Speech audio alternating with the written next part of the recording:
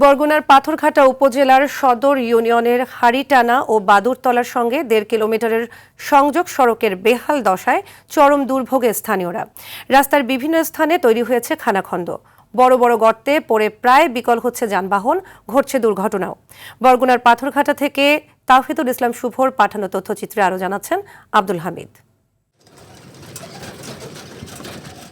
সড়কের এমন বেহাল দশার চিত্র বরগুনার পাথরঘাটা উপজেলার হারিনটা, পদ্মা, রুহিতা, কোরালিয়া, হারিটানা গ্রামের ১.৫ কিলোমিটার রাস্তার অধিকাংশ স্থান থেকেই উঠে গেছে কার্পেটিং। দীর্ঘ ২.৫ বছর যাবৎ সড়কটি দিয়ে যাতায়াতে ভোগান্তি পোহালেও টনক নড়েনি প্রশাসনের।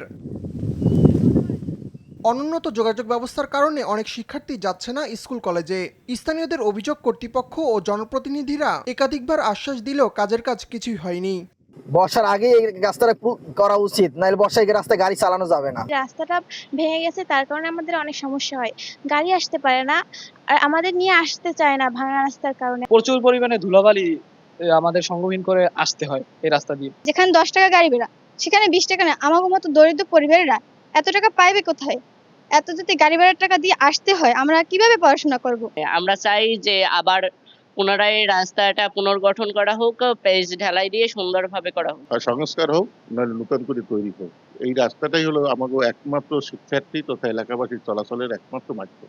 ঝুঁকি এড়াতে অনেকে অতিরিক্ত ৫ কিলোমিটার সড়ক ঘুরে যাতায়াত করছেন। আগামীতে নতুন প্রকল্প আসলে সড়কটি সংস্কারের আশ্বাস দিয়েছে উপজেলা এলজিইডি।